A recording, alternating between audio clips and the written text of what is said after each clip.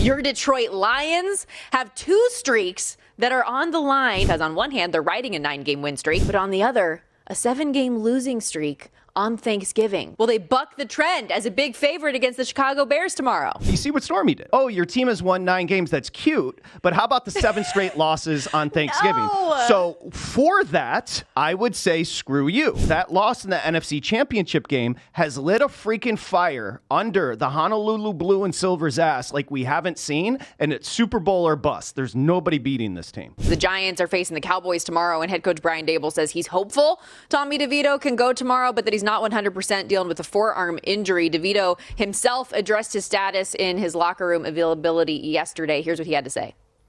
Sore. Whole body's kind of sore. First time playing in a while. It's a couple shots. It's only not even 48 hours, so things are still kind of just settling in. Do you think you're going to play Thursday? The plan is to play, yeah. Maybe just see how I feel tomorrow. Hopefully wake up feeling a little bit better after I get some more treatment today, so looking forward to tomorrow. Oh, who so he cares? says, he says his plan is to play, but but here's the thing, Stormy. If he plays, then I'll take the Cowboys laying 3.5. If he doesn't, and it's Drew Lock, I'll take the Giants catching 3.5. He's a significant upgrade over Tommy freaking DeVito. Can we stop with Tom? It's because he's in the tri-state, and I guess his family's from Italy. Get over it, people. I'm probably from Italy, too. I haven't done, remember Baker? I haven't done the me and 53 test. Who knows? We're all immigrants, okay? Who cares about Tommy DeVito? it's Shout to Christopher Columbus, who was also Italian. 53 and me. And I am very Italian, okay? I found out. I did the Ancestry.com. But no, you're 100% right. And it's so funny how differently you look at this game if it's Tommy DeVito versus Drew Lock. I think we all look at this game the same way. One of these things is not like the other. The spread 3.5 down from 4, by the way, yesterday. But the Giants looked freaking terrible last week. This is a sad, sad state of affairs for, quite frankly, both New York teams where things sit right now. This total 37, though, I think could be intriguing regardless of quarterback. Yeah, I like we're going to talk about this later, but I do have a play on the total. And the Giants, you mentioned it, they just got beat at home. They've lost 5 straight at home, 30-7 by the Bucs. The Buccaneers all of a sudden are like a model franchise. They're completely banged up. They've got injuries all over the place, and they looked like the class in New York against the Giants. And they just can't protect the quarterback. That defensive line, maybe they can get to Cooper Rush, and this is a low total. But again, if it's DeVito, I'm laying it. If it's obviously Drew Lock, I'm taking it with the Giants. Coming up tomorrow, 3 games in the National Football League. Last segment, we talked about that Giants-Cowboys matchup. Your Detroit Lions have 2 streaks that are on the line. I wonder which one will come to fruition coming up tomorrow, Patrick, because on one hand, they're riding a 9-game win streak, feeling pretty confident, feeling pretty good about themselves, dominant wins each of the last 2 weeks. But on the other, a 7-game losing streak on Thanksgiving. Patrick, will they buck the trend as a big favorite against the Chicago Bears tomorrow? First off, great read on Sport Trade. I'm going to go sign up right now. Secondly, this is Stormy Buonantony for people that don't know. Yes, she's the nicest employee at VSiN, but she's also passive-aggressive. And if you heard what she just did to me, I've got a team that's 2.5 to 1 in the market to win the Super Bowl. Rightfully so. They are a wagon. It's the greatest offense we've ever seen in the NFL. They are tougher than everybody. DVOA-wise, they're best on defense, and that's without Hutchinson. But you see what Stormy did. Stormy said, oh, your team has won 9 games. That's cute. But how about the 7 straight losses on Thanksgiving? No. So for that, I would say screw you. Secondly, Patrick, I want to thank you. Hold on. I want to thank you. That's not how I meant it. It is how you meant it. It just is. It's passive aggressiveness. I'm used to chicks being passive aggressive with me, so don't worry about it. I love the Lions. No, you don't. You Yes, love I the do. 49ers. And I want to thank your 49ers because that loss in the NFC Championship game has lit a freaking fire under the Honolulu Blue and Silver's ass like we haven't seen, and it's Super Bowl or bust. There's nobody beating this team. Listen, Patrick, I was just saying it's something that's happened. I wasn't saying I'm rooting for them to lose on Thanksgiving. I really like the Lions. I do. I have been rooting for them. They have cashed a lot of tickets for me this year. On the days that you're not here, I'm speaking glowingly about this team. I'm even betting the over 48.5 in this game because I think that the Lions offense is freaking insane, and especially the way that they play in their own home building. They've scored 40-plus points in each of their last 3 at home, Patrick. I am rooting for your boys in the Honolulu Blue. Don't hate the player, hate the game. Well, that was a good cleanup job, Stormy. And you should be betting on the Lions. Now, this number is crazy, anywhere between 9.5 and 10.5, but the Lions are 15-5 ATS against the NFC North with Jared Goff. And here comes the Bears. Now, the Bears, I was just on a Bears podcast. They're telling me that if Eberflus gets blown out in this game, that he's going to be fired after the game. The McCaskey family never does this. But they've lost a lot of close games, but that's the point. They've lost close games. They've been competitive. I think this is a big number on a short week. And the Lions, by the way, are banged up. Fair. And honestly, I think part of that is kind of why I leaned more into the over. And granted, you said it, the way that this defense has played, we highlight the offense so much, and rightfully so, for the point production they've been able to put up, but the defense is holding more than its weight.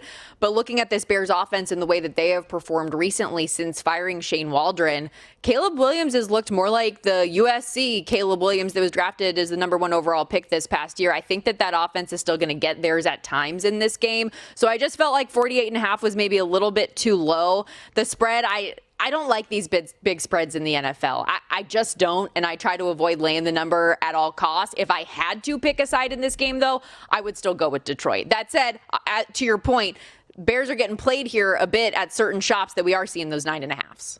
Yeah, I think the side is overinflated. Agree with you there. And if I were to lean anywhere on the total, it would be over that 48.5, because you mentioned Williams has looked more polished under Thomas Brown, who took over the offensive play calling duties. I'll say this, look to Montgomery and Gibbs as far as props, because the Bears can't do anything against the run. They're 30th in run defense DVOA and 28th in adjusted line yards. Like, they're bad. And that is another key to the Lions. It's not just the offensive line. Jared Goff, your MVP, apparently. Yes. Jared Goff has been 35-1 awesome. in the account. Let's go. That's a good job by you. He has been awesome, but Jahmyr Gibbs and David Montgomery, the Bears had him, and we're just like, yeah, we don't need him. He is literally my favorite football player. That dude runs his ass off. He runs harder than anybody in football. That 1-2 punch right now is lit. Let's go, Lions. My friends are going to be hammered on Thanksgiving at this game, by the way, tomorrow. Oh, that's awesome. I believe it. They need to send all the pictures. You just need to hop on the plane and get out there. You got to go. Go home for Thanksgiving. See you later. Your mom will like it. She'll say, Patrick, it's nice to have you home. She called me yesterday. She's like, Patrick, are you coming home for Christmas? I was like, oh, I can't deal with the voice right now. But no, I won't be going there for Turkey Day, but I will be excited. Okay. And look, I don't know about you, but like traditionally people get pissed that the Lions are on Thanksgiving every year.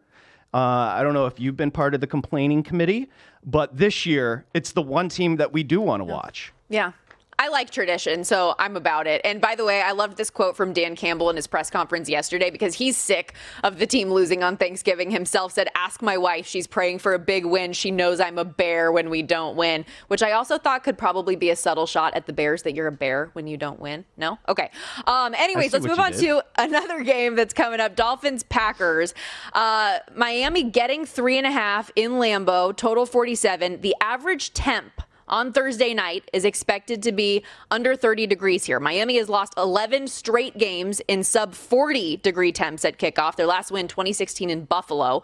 Tua, 0-4 straight up, 1-3 ATS, failing to cover by an average of 18 points per game in those cold weather games. And his performance in those a big reason why. 55% completions, 4 touchdowns, 5 picks, total QBR of 21. Head coach Mike McDaniel, what have you been doing to prepare your team for the conditions? That's a question he answered yesterday. I was just going to carry ice cubes in my pockets and throw them at players all week. It's nothing revolutionary. I'm not gonna throw it out there for the world and act like we've checked the box of we've got this answered. Throwing ice cubes at the players. That's what I should do to prepare for my cold weather games. I love that idea. I'm weird. He's weirder. He is a weird dude. Lombardi calls him the DJ because he looks like he's spinning records. 3.5 is a key number, obviously. Right now, most shops are showing 3 with the Packers laying it. The one thing we can't get out of our heads, remember on Peacock last year, where the Dolphins went to Kansas City and it was freezing, and the Dolphins legitimately didn't show up. So I think with the chance of snow, obviously the advantage goes. And Tua, that narrative about him playing in the cold, maybe it's a little overblown, but you do remember, I don't know if I signed up for Peacock for that dumb game, and the Dolphins literally looked like they didn't want to be there. And that was a postseason game. Yeah, and I know Miami and Tua specifically are really trying to buck that trend. They want to prove people wrong, that they are a different team and that they can perform in cold weather games. I just personally don't see it happening in this one. So I did lay the 3 with the Packers. We'll see how things shake out. Favorites also, by the way, in the night game on Thanksgiving, 13-4 against the spread since they started this 3-game series in 2006. Last couple minutes here. Let's also go to the Black Friday matchup. Chiefs, a big favorite, double digits against the Raiders in the spot. Gardner Minshew broke his collarbone on Sunday against the Broncos, so he's unavailable. Aiden O'Connell expected to be the guy in that spot who, if we all remember, the last holiday that these two played was Christmas last year, and Aiden O'Connell beat this team despite not completing a pass after the first quarter. Can they cause mayhem again? They're getting 13 in KC, total 42.5. I mean, I'd have to take the 13, but the Raiders, first off, Antonio Pierce, he coached here in Southern California at Cal Poly, which is a huge high school. You know, Deshaun Jackson, like, great player. He was a disaster at Cal Poly. Now he's coaching the Raiders. A total mismatch is what I'm saying, but 13 is a huge number. By the way, one-score games this season, the Chiefs are 8-0. They just won another one at the Panthers in a one-score game. So they keep it close. I'd have to take the points here with the Raiders. No matter how gross it is. And you look at the Chiefs this year when favored by 6 or more. Yes, they've won all of those games. 0-5-1 ATS, 7.5 or more favorites. 4-0 straight up, 0-4 against the number. So they have not been able to cover any of these big numbers all season long. Hold your nose. If you want to make a play in this game, you're probably taking the points, but this is a stay away for me in general. I do wonder, big picture though, if these close calls with the Chiefs are going to catch up with them as they start facing better opponents down the back half of the schedule and into the playoffs, because that's when those things matter. Thanks for watching, but don't let the betting insights end here. If you want an extra edge this football season, you can get a month of VSiN Pro right now absolutely free. That means access to our betting insights, analysis, and tools like our betting splits at zero cost to you. Click the link in the description to sign up.